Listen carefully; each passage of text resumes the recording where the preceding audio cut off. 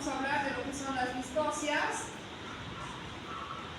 de la parte ósea y de las mujeres. Primero vamos a recordar que para que un parto se desarrolle o un bebé salga por la pelvis, a veces les voy a hablar en términos así como comunes para que por lo menos me entiendan.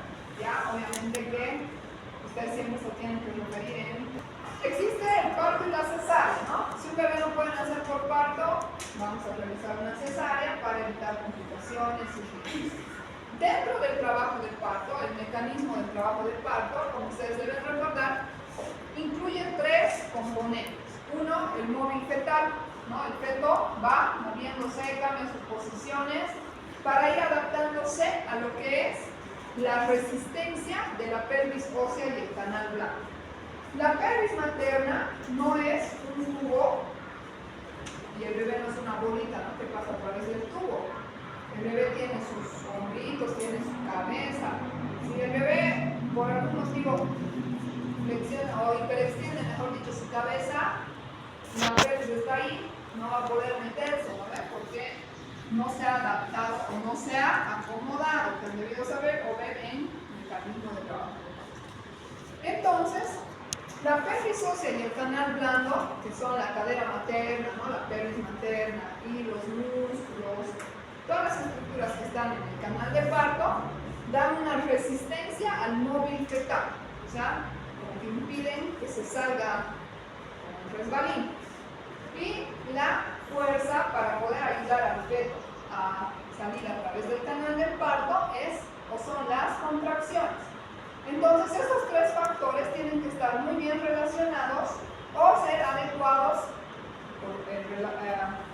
uno con otro para que el bebé pueda nacer y se dé un parto. Si en algún momento ocurre un problema, una distocia en las contracciones, quizás tengamos que hacer una cesárea. O si hay un problema en la pelvis ósea, en el canal blando, una distocia en estos niveles, tenemos que terminar realizando una cesárea. Lo ideal sería que de 100 mujeres, solamente 15 mujeres tendrían que tener cesárea y 75 partos. Eso es para ver que el país, el nivel de la atención en salud es adecuada. Pero lamentablemente en este país y en casi todos estamos al revés, ¿no? Ya nadie quiere tener parto porque se va a arruinar su pelvis, su canal blando y demás, o porque desean mejor no tener dolores, o ya las mujeres se han ido sometiendo a cesárea, y lamentablemente hay una indicación absoluta y no podemos tener un parto normal, ¿no? Bien, entonces si ustedes se acuerdan, chicos, de anatomía, el canal óseo es este, ¿no? La pelvis materna. Tiene en la cara anterior la cara posterior de las dos ramas de la sínfisis del pubis, ¿no? En la cara posterior, la cara anterior del sacro y el coxis. Y en las caras laterales, la cara interna del isquio y la articulación sacra iliaca. Entonces esto, ustedes saben que es como un cono, que en la parte de arriba va a ser ancha, pero en la parte de abajo va a ser estrecha. Y muchas veces cuando es tan estrecha, el bebé es cabezón, por así decirlo, o sea, la cabecita es más grande que ese estrecho, no va a poder salir, ¿no? Entonces eso es lo que ustedes tienen que aprender a diagnosticar o decir, no, esta cabecita es muy grande para esta pelvis, la mamá no era Shakira, entonces no van a ser por aquí. Bien, entonces ahí ven, solo la pelvis se conoce como pelvis obstétrica porque permite la salida del bebé a través del canal del parto. Lo mismo las articulaciones y los huesos. ¿Se acuerdan de anatomía? ¿O no? No, dice aquí la gente más. No me he dicho. Bien, entonces, además de estas estructuras en grande que sabemos que se llaman sacro, coxis, ¿no? Pubis, cada una tiene unas referencias anatómicas, las líneas imaginarias, ¿no? Por ejemplo, la línea arcuata, la línea iliopectina, la cresta septímea, el borde superior del pubis, que al otro lado, igual, las alas del sacro. El promontorio, ¿se acuerdan del promontorio? Es la parte más prominente, ¿no? El sacro tiene así, ¿se acuerdan o no? Es así como un Entonces el promontorio, se van a acordar, es una estructura muy importante porque cuando el promontorio es muy sobresalido, en algunas pelvis, por ejemplo en las platipeloides, en las androides, ¿cómo es la pelvis femenina? ¿Qué tendría que ser? ¿Se acuerdan? No. Ginecoide, ¿no? De gineco. O sea, las pelvis de la mujer, la pelvis de la mujer, una adecuada, toda bien para que nazca el bebé, debería ser ginecoide, pero existen otras variantes anatómicas que algunas mujeres tenemos, por ejemplo, platipeloides, o sea, más largas que anchas, para que me entiendan, ¿no? O las androides también, que son las de los hombros, así cuadradas. Entonces, en esas pelvis, hay mujeres que tienen esas pelvis y que lamentablemente no van a ser aptas para tener un parto normal. Entonces, esas son distóxicas, ¿no? ¿Entiende? Bien, entonces vean, chicos, que hay una pelvis superior y una pelvis inferior. Como les decía, la pelvis superior es ancha, no hay problema. La cabecita del bebé, que es entre 9 a 10 centímetros máximo. En la pelvis superior, imagínense, de 10 centímetros, se entra, ¿no? Pero en esta inferior, ¿qué tal? La cabecita es de 10 centímetros y esto es de 8. ¿Creen que va a salir? No. Entonces, hay una pelvis superior o falsa. ¿Por qué? Porque no nos importa, no le afecta en nada al bebé. Y una pelvis inferior o verdadera, que es la que realmente le va a dar opción o no al bebé a nacer por un parto normal. Vean, entonces, la pelvis se divide en un estrecho superior o plano de entrada, en una excavación, porque han visto que es como una curva, ¿no ve? El sacro y el coxis dan como una curva, y el estrecho inferior o plano de salida. Entonces, el estrecho inferior es el que más nosotros evaluamos o tenemos que ver si tiene o no los diámetros adecuados. En el estrecho superior, tanto el estrecho superior, medio y el inferior va a tener diámetros, ¿no? Que son igual medidas imaginarias, porque no vamos a poder ir a medir a ver cuánto mide tu estrecho superior de punta a punta con una regla, porque están todos los órganos, ¿no?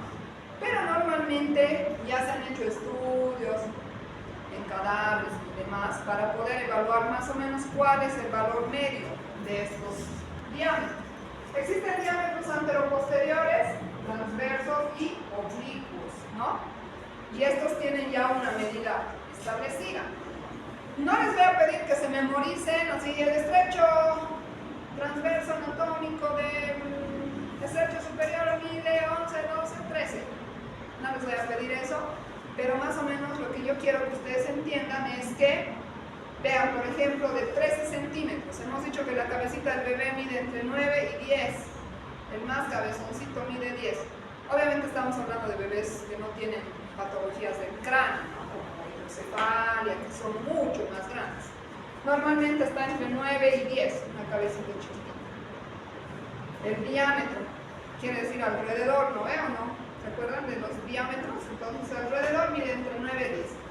Si el transverso anterior o anatómico es el mayor diámetro y mide 13 centímetros, el feto no lo usa, porque como tiene 9, se resbala, ¿no? Se pasa. ¿Desde ahí?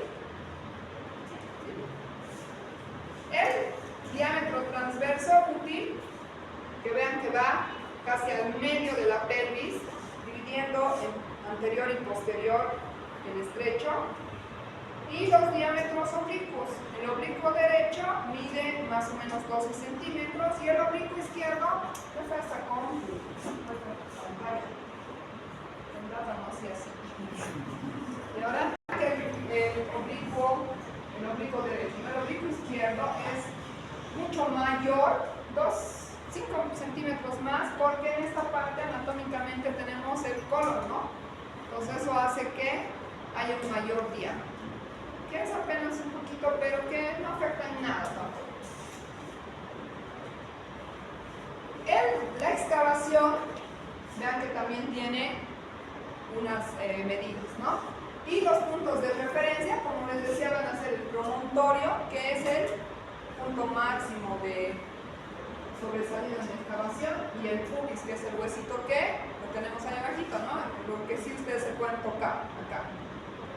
Entonces, del promontorio a suprapúbico tenemos que más o menos mide 11 centímetros. Retropúbico mide 10.5 y ese es el más pequeño y se conoce como el conjugado obstétrico. Entonces imagínense que el promontorio es mucho más sobresalido o la pelvis no es ginecoide, tiene un promontorio más sobresalido y la sínfisis más retraída, habría un espacio de 8, 7, no sé. En esos casos no va a haber una eutosia, ¿no? Es una pelvis vistosa. Cuando nosotros, imagínense que aquí está la vagina, introducimos así, se chocan contra el pubis. Van a hacer, cuando vayan a la práctica, van a entender lo que les estoy diciendo. Pero lo que se hace en el tacto es introducir los dos dedos y más o menos metemos así. Obviamente mi mano es chiquita en relación al dibujo, pero si el dibujo fuera aquí el promontorio, si yo toco el promontorio, ya estaría viendo el espacio. Tienen que acostumbrarse a más o menos ustedes ya para gineco medir. ¿Cuánto mide de acá a acá? Más o menos va a ser entre 12 y 13. ¿Cuánto miden sus dedos? Por ejemplo, si hago tacto en el cuello, puede ser que los dedos de ella, que son más delgaditos, midan unos centímetros y medio, los míos 3, los del grande de allá 4, ¿no? Entonces, ya más o menos así ustedes, no es que haya una reglita y dice, a ver cuánto mide, cuánto de dilatación tiene. Es algo más subjetivo. Ustedes cuando hagan el tacto, por ejemplo, si tocan el promontorio y su manito es chiquita, ya les va a dar una idea de que esa pelvis es estrecha, ¿no ven? Ahora, si ustedes introducen y no logran, el promontorio está ahí, y saben que esto mide 11 o 12, saben que ya hay una pelvis con una buena excavación, más o menos 13, 14 centímetros, y por ahí el bebé va a salir, ¿no? Eso les va a dar la idea clínicamente para que ustedes se evalúen. Para eso estamos llevando este tema, para que se den cuenta y ustedes sepan, hagan tacto, vean la pelvis y vamos a ver que no solamente son esos factores los que se evalúan para saber si una mamá tiene una pelvis adecuada o no para una cabecita fetal. Y el promontorio subpúbico mide 12 centímetros. Ahí vean la excavación. Tiene unos también en las partes laterales, no solamente es de adelante hacia atrás, ¿no? Vean que hay las espinas ciáticas, las caras posteriores, la cara interna del isquio, que lo hacen como un embudito que también puede afectar esa relación.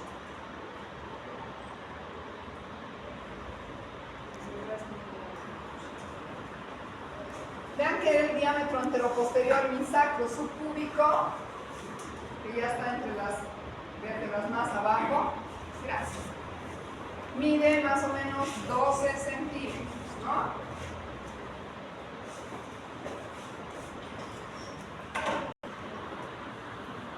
El diámetro transverso, ven que lo va a dar la referencia entre esas espinas, que hemos dicho que son las espinas ciáticas, ¿no? Biciáticas.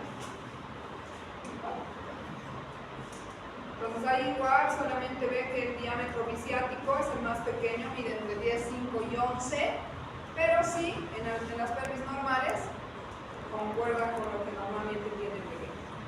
El estrecho inferior o plano de salida, vean que también tiene incluso ligamentos, que son estructuras más blandas, pero que pueden también resultarse en un obstáculo para la salida del producto a través del canal del parto.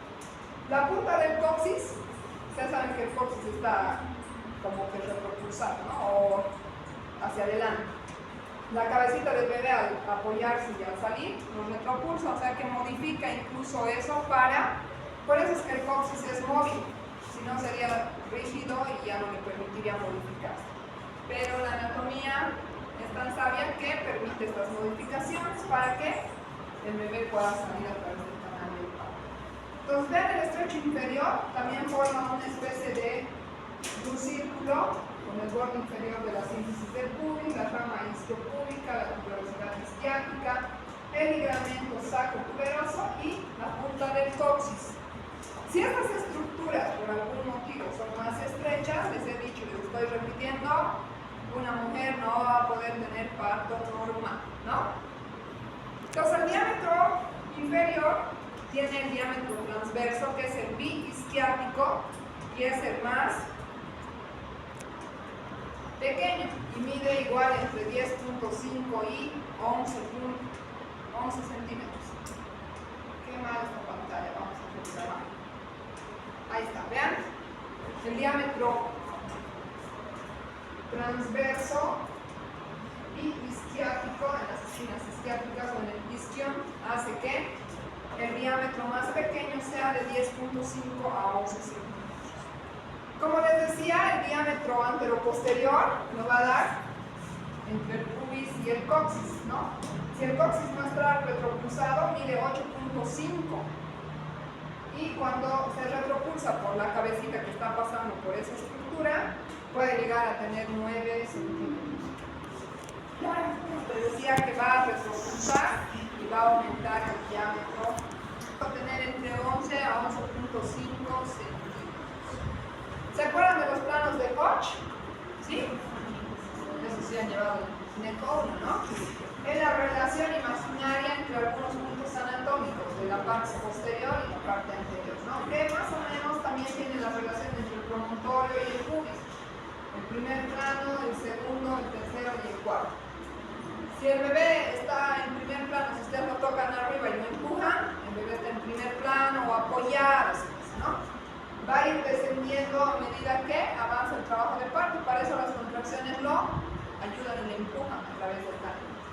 Cuando ya está en el cuarto plano, ya van a ver ustedes los pelitos del bebé, los cabellitos a través del acto y la vagina, cuando ya está con 10 de dilatación a la mano.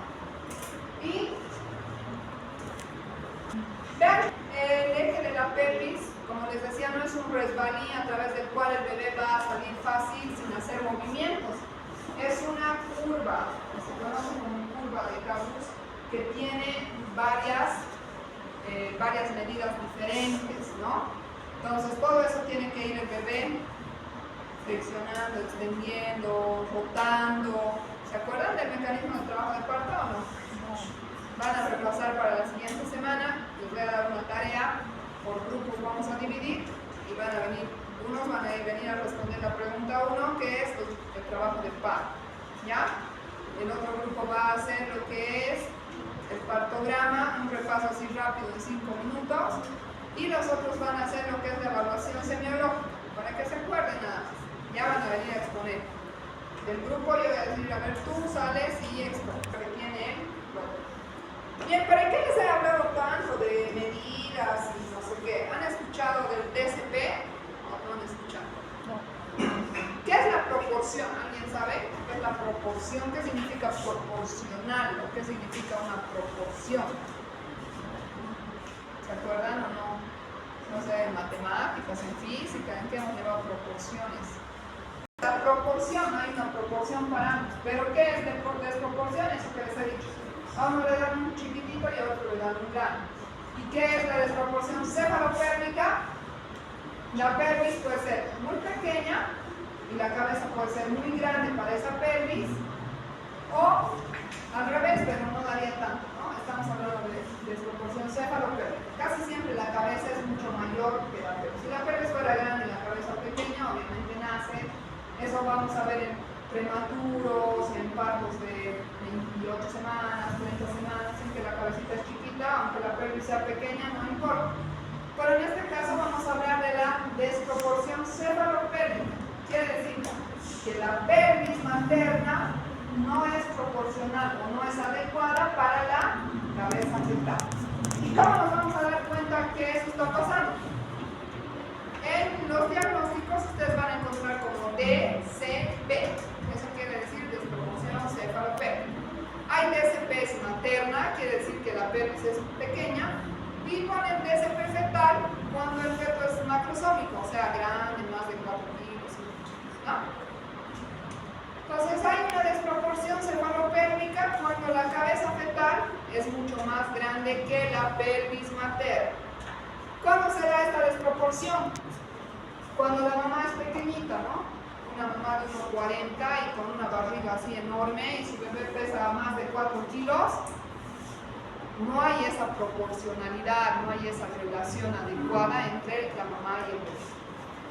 Si la mamá tiene asimetría de los miembros inferiores, no sé, tal vez tenía displasia de cadera al nacer, no le han hecho tratamiento, la mamá queda, ¿no? Así chuequita, un miembro más pequeño, o ha tenido un accidente de tránsito, o patologías de la columna, cosas que hacen que la pelvis sea diferente en sus medidas. Y en el feto tenemos fetos grandes. Ustedes saben que la medición de la altura uterina nos da una idea de cómo es el bebé, ¿sí o no? Sí. ¿Cuánto es normalmente una altura uterina? ¿Se acuerdan? 28. ¿Cuánto? 28. 28, muy chiquito. ¿Quién da más? 35. 35 es enorme. ¿Cuánto es normal? 30. De 30, 31, 32, más o menos, ¿no? Porque hay una relación entre esa medida con cuánto mide el feto, o más o menos pesa, mejor dicho. Cuando el feto es macrosómico, tiene una macrosomía, una hidrocefalia, alguna alteración genética en la cabecita, obviamente va a ser una condición fetal para que no pueda atravesar el canal de Guam. ¿Cómo vamos a hacer la evaluación de estos pacientes? Obviamente desde que ustedes estén en su consultorio sentados, la van a ver a la paciente ingresar, ¿no? ¿Ahí qué van a fijarse? ¿Qué? ¿Qué? La altura de la mamá, dice si es así altota o es así chiquita, pues ya la van a ver y van a decir, ah, no, esta parece que tiene desproporción cefalopélvica, ¿no? Ahora si la ven entrar así como cojeando, le van a preguntar, ¿no? ¿Qué ha pasado? ¿Qué? ¿Has tenido un accidente? Ya les va a ir dando ideas, ¿no? Para la evaluación de la desproporción, ¿conocen esta camilla? ¿Han visto alguna vez, chicos? Es una camilla ginecológica, ¿no? La mamá está echada, la nalga llega hasta el borde y las piernas tienen que estar en los estribos colgadas. Se recomienda que la vejiga esté vacía porque la vejiga al estar llena puede dar una falsa medida, lo sube un poco más al bebé, ¿no? Entonces siempre traten de que la mamá tenga vejiga y recto vacío. Posición ginecológica y las piernas en los estribos. Como les decía, la evaluación general de la pelvis desde la inspección. Si ustedes van a ver a la paciente desde que entra, hay condiciones ya sospechosas de que pueda haber una desproporción, o le ven una barriga así enorme, ya solo de verla, ustedes van a pensar en una DSP, ¿no? Si ustedes ven en la espalda de la paciente, se van a hacer unas líneas imaginarias que se conoce como el rombo de Michels. Vean que más o menos entre los dos glúteos tendría que haber 5 centímetros, 6.5 a cada lado y más o menos 7 centímetros, ¿no? De distancia. Pero esto es nada más para que tengan una idea. Vean que hay pelvis aplanadas cuando ya es diferente, ¿no? Su espalda. Pelvis asimétricas, la columna está con escoliosis, con cifosis. Y también vamos a ir a medir. En la paciente ustedes pueden hacer una perimetría interna y una perimetría externa. ¿Qué significa interna?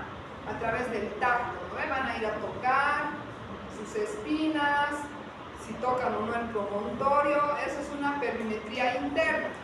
Pero van a hacer una perimetría externa. ¿Han visto a evaluar algún trabajo de parto o todavía nada? Van a ver que cuando le decimos a la paciente acuéstese, hacemos el tacto, hacemos este movimiento, a veces así, y hasta ponemos el puño, ahí está la vagina y ponemos el puño así. Eso es más o menos para que nosotros tengamos idea y hacemos esta maniobra, ¿no? Miramos el ángulo subcúbico. Ya con solo hacer así en una mujer que está recostada, podemos ver si el ángulo es recto, entonces tiene una pelvis aparentemente ginecoide. No siempre, chicos, estas maniobras que ustedes vayan a hacer les va a dar el 100% de verdad. O sea, puede ser que no hayan medido bien, no tengan una experiencia para hacerlo y digan, ah, no, esta paciente es DSP o esta paciente sí va a poder tener parto. La verdadera medida o la verdadera pervimetría que se va a hacer es el trabajo de parto. Si ustedes ven que el bebé va descendiendo, dilata hasta 10 y ya ven los cabellitos, entonces eso sí es una eudosia, ¿no? El bebé está naciendo bien. Pero si se les queda ahí arriba horas y horas de trabajo de parto y no dilata, no se ha dilatado a 10 pero no desciende, entonces a pesar de que hayamos hecho las medidas, digamos que hemos pensado que sí todo estaba bien, pero resulta que la cabecita no desciende, entonces es una DCP. Al final el motor del parto y todos los movimientos que hace el bebé definen si o no van a ser por parto. Vean si hay un ángulo agudo, es una pelvis androide, o si es un ángulo obtuso, medio más echada la pelvis, es plaquipeloide. Entonces en ese caso no va a poder tener parto normal. Ahí es lo que les decía, la pelvigrafía.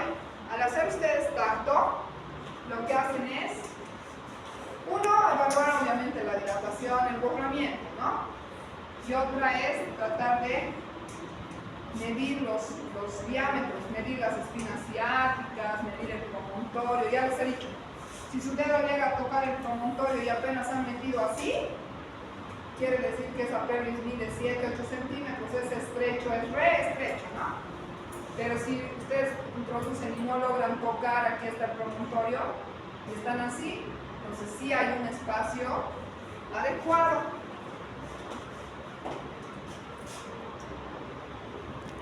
Entonces, vean que la evaluación del estrecho superior se puede hacer a través del tacto vaginal, si tocamos o no el promontorio y con las medidas que ya les había mencionado, ¿no?